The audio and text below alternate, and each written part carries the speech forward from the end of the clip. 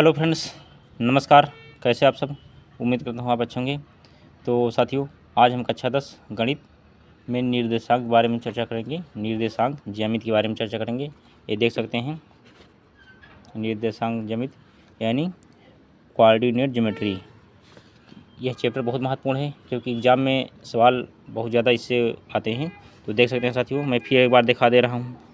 ये देख लीजिए, ये पुस्तक जो है NCERT पर आधारित है।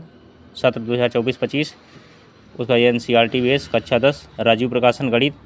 तो साथियों, आप चाहे जिस बोर्ड में पढ़ाई करते हो, उत्तर प्रदेश, मध्य प्रदेश, राजस्थान, हरियाणा, छत्तीसगढ़, झारखंड, उत्तराखंड, राजस्थान, दिल्ली, महाराष्ट्र, उत्तरांचल, चाहे जिस बोर्ड में पढ़ाई करते हों, क्योंकि प्रकाशन अलग हो सकता है लेकिन सवाल वही रहती हैं।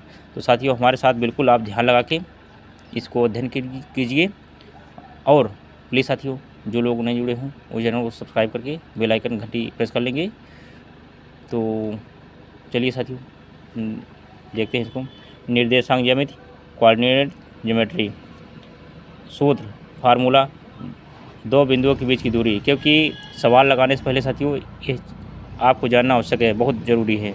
यदि आप ऐसा ध्यान देकर पढ़ लेते हैं तो सवाल बहुत कम समय में बिल्कुल सिंपल भाषा में समझ में आ जाएगी और आप वहाँ पे कर ले जाएंगे एग्जाम में भी। तो देखो, दो बिंदुओं के बीच की दूरी AB x1 y1 x2 y2, P x1 y1 और Q x2 y2 के बीच की दूरी। चाहे आप ऐसे लिखें चाहे ऐसे लिखें, कोई दिक्कत नहीं। चाहे आप यहाँ AB करें, चाहे PQ करें, चाहे D लिखिए, यानी डिस्टेंस, बात वही है। तो अंडर रूल करके यहाँ तक, उसके बाद x2 माइनस x1 का whole square plus y2 minus y1 का होल स्क्वायर, इतना आपको समझ लेना है। फिर दूसरा क्या है, नियम नंबर 2, बिंदु P x y की मूल बिंदु से दूरी under rule x square plus y square होती है।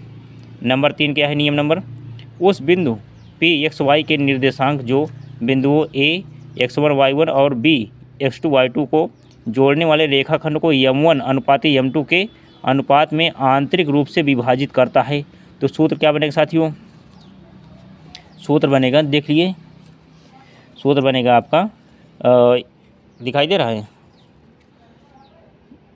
X Y m1 x2 plus m2 x1 बटे m1 प्लस m2, फिर कामा लगा करके m1 y2 plus m2 y1 अपान m1 प्लस m2।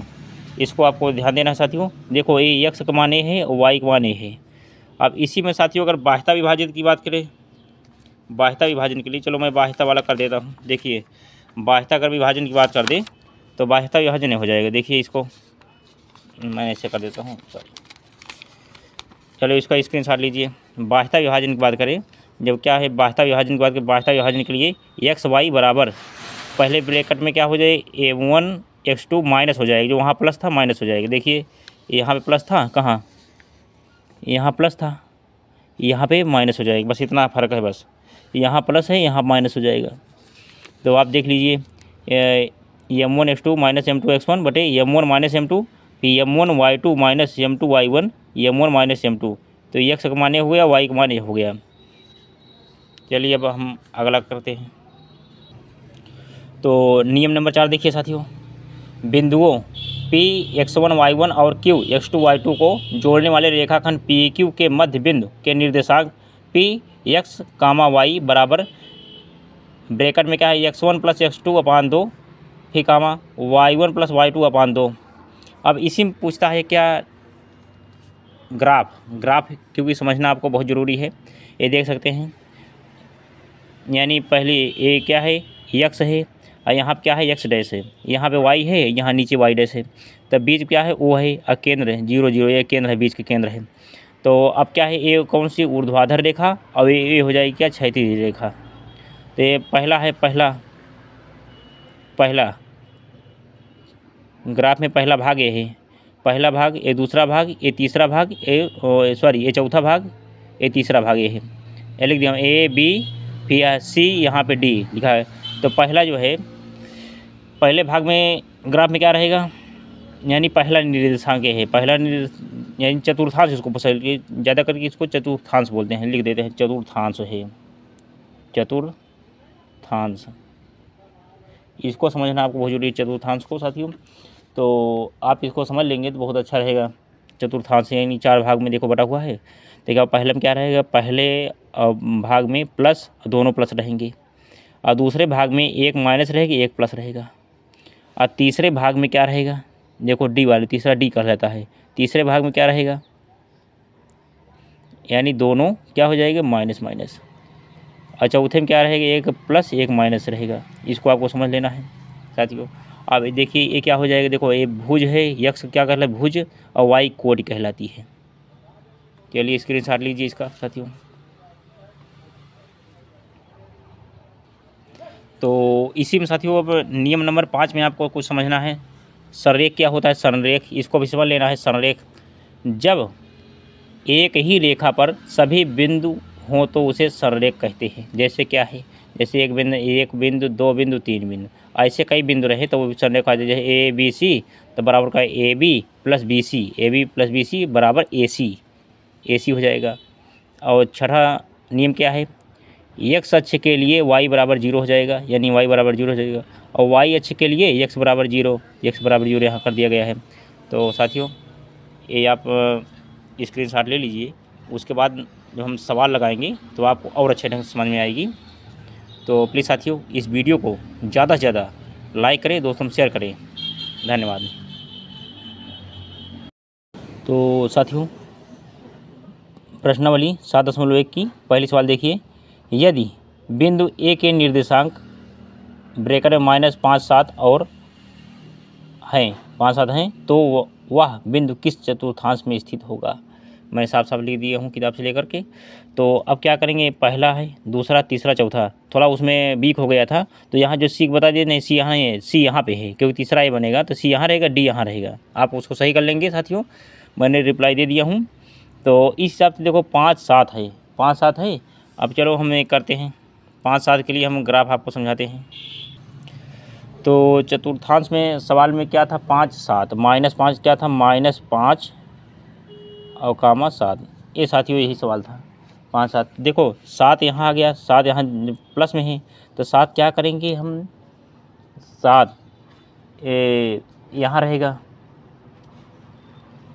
-5 और 7 ए है, देखो 7 ए है, और -5 ए है, -5 देखो यहाँ रहेगा, ऐसे ऐसे रहेगी, ऐसे ऐसे चलिए, ऐसे चलिए सीधे, ऐसे सीधे चलते हुए जाना है ये, क्योंकि ये माइनस था, अब प्लस में है ना, ये प्लस में है तो ऐसे चले आना है, ऐसे बस हो गया, बन गया, इसका ग्राफ बन गया। तो आप यहीं पे लिख देंगे क्या, -5, 7 ए हो जाए क्या, x1 और दूसरा क्या हो गया, y1 ए हो जाएगा साथियों। आप इसको देख लेंगे। तो अब ऐसे लिखना है कि द्वितीय चतुर्थांश, दूसरा है, अब यहाँ लिखो द्वितीय चतुर्थांश, द्वितीय चतुर्थांश, यही आंसर हो जाएगा, चतुर्थांश यही आंसर कर दीजिए। अब मैंने बताया इसके अकॉर्डिंग, तब क्या हो जाएगा, देखिए अब इधर क्या हो जाएगा, देखो पहला प्लस प्लस दोनों में, दूसरे में क्या है माइनस प्लस, यहाँ दोनों माइनस हो जाएंगे। अब इसमें चौथे में यानी एक प्लस एक माइनस हो जाएगा। तो इसी के अकॉर्डिंग ये हुआ है। तो आप इसको जो है इसका भी स्क्रीनशॉट ले लीजिए।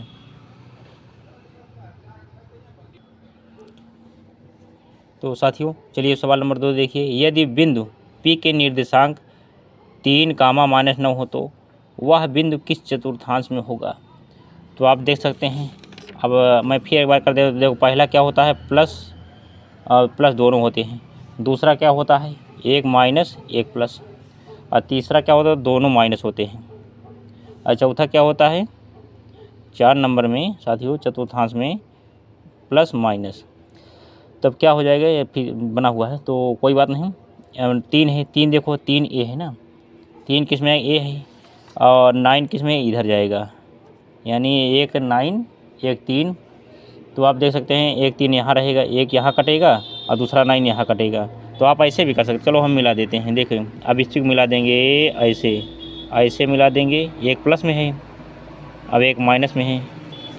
चलिए यहाँ पर कर देते हैं, यहाँ पर कर देते हैं ऐसे, चलो मिल गया। अब तो मिल गया, अब देख सकते हैं मिल गया, यानी इधर क्या हो जाएगा, इधर देखो सवाल आपकी क्या थी, यानी 3 कामा -9, तो 3 देखो प्लस में हो गया और -9 यहाँ पर हो गया, एक प्लस में एक माइनस में।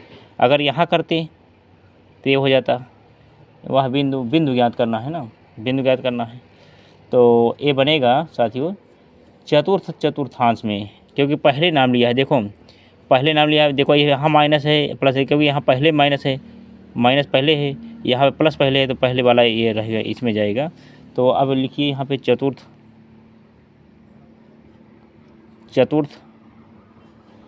चतुर्थांश